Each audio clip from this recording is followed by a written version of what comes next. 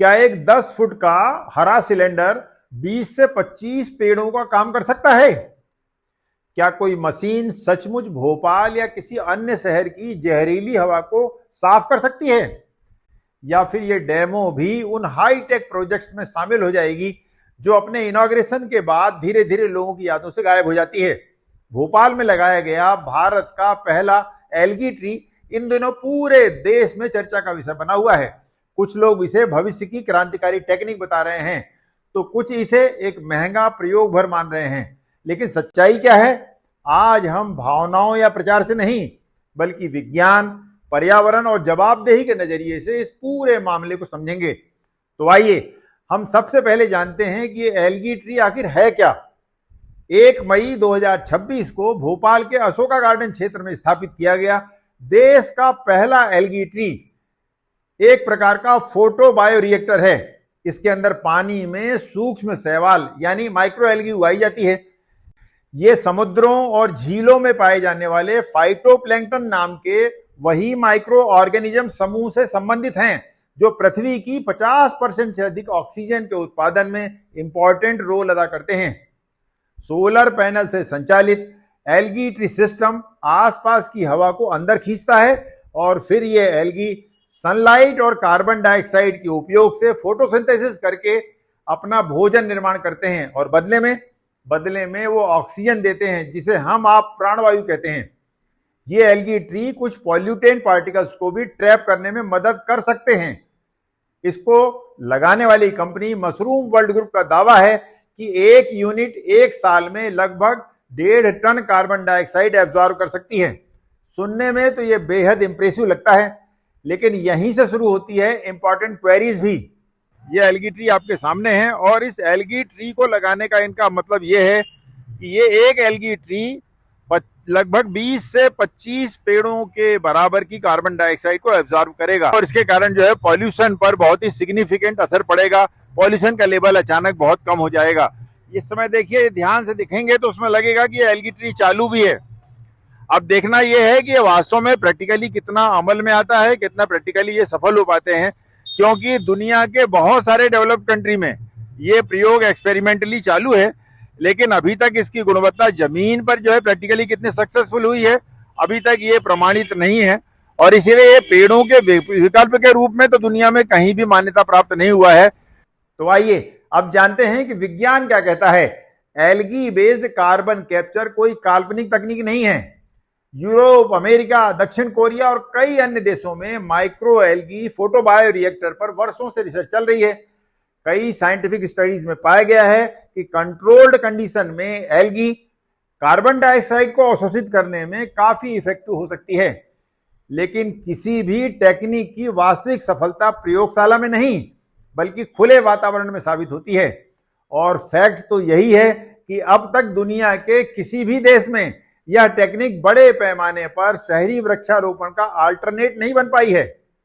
अधिकांश परियोजनाएं अभी भी पायलट, डेमो या लिमिटेड कमर्शियल लेवल पर ही हैं।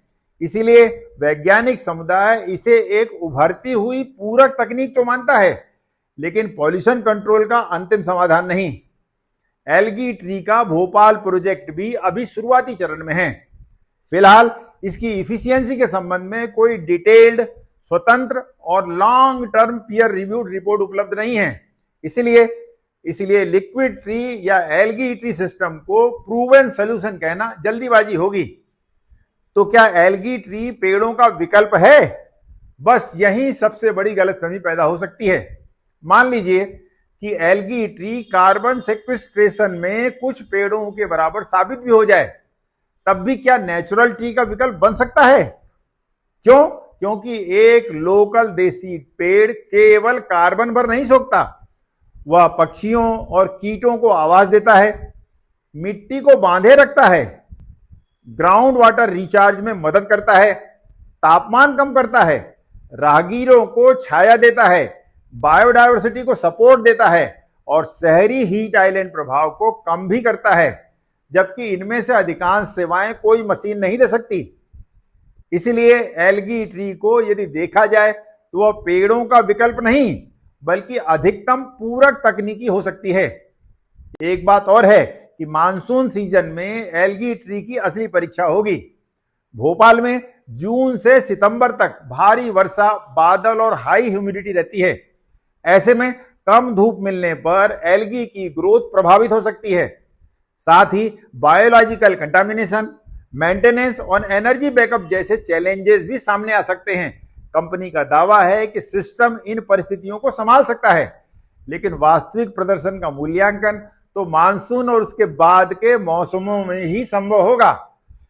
सबसे इंपॉर्टेंट बात यह कि जनता को इस इनोवेशन पर कौन से सवाल पूछने चाहिए।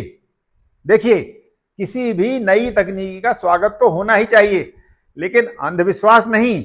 इसलिए नागरिकों को पूछना चाहिए कि परियोजना की कुल लागत क्या है, रखरखाव का वार्षिक खर्च कितना है, क्या डेटा सार्वजनिक किया जाएगा, स्थानीय हवा में PM 2.5 और कार्बन डाइऑक्साइड कितनी कम हुई, इसकी निगरानी कौन करेगा, क्या किसी इंडिपेंडेंट एजेंसी के द्वारा इसकी कार्यक्षमता का सत्यापन भी होगा, और यदि डिजायर्ड रिजल्ट नहीं मिले तो आगे की प्लानिंग क्या है। यही लोकतांत्रिक जवाबदेही है। भोपाल का एल्गी ट्री सिर्फ एक मशीन नहीं, बल्कि एक परीक्षा है। परीक्षा इस तकनीकी की, परीक्षा प्रशासन की पारदर्शिता की, और परीक्षा हमारी जागरूकता की भी। यदि ये प्रोजेक्ट सफल होता है तो वायु प्रदूषण को रोकने की दिशा में भोपाल के दूसरे शहरों के लिए एक नया रास्ता खुल सकता है। और यदि इसमें कुछ कमियां निकलती हैं तो उन्हें स्वीकार करके सुधारना भी उतना ही जरूरी होगा। याद रखिए, स्मार्ट तकनीकी उपयोगी हो सकती है, लेकिन प्रकृति का विकल्प नहीं। स्वच्छ हवा का भविष्य केवल मशीनों से नहीं, बल्कि देसी पेड़ों, बेहतर अर्बन प्लानिंग, पॉल्यूशन कंट्रोल और जागरूक नागरिकों से बनेगा। अगर आपको लगता है कि विकास के साथ पारदर्शिता भी जरूरी है, तो इस वीडियो को अधिक से अधिक लोगों तक पहुंचाइए। क्यों? क्योंकि सवाल पूछने वाली जनता ही किसी भी शहर की सबसे बड़ी ताकत होती है। धन्यवाद। जय हिंद।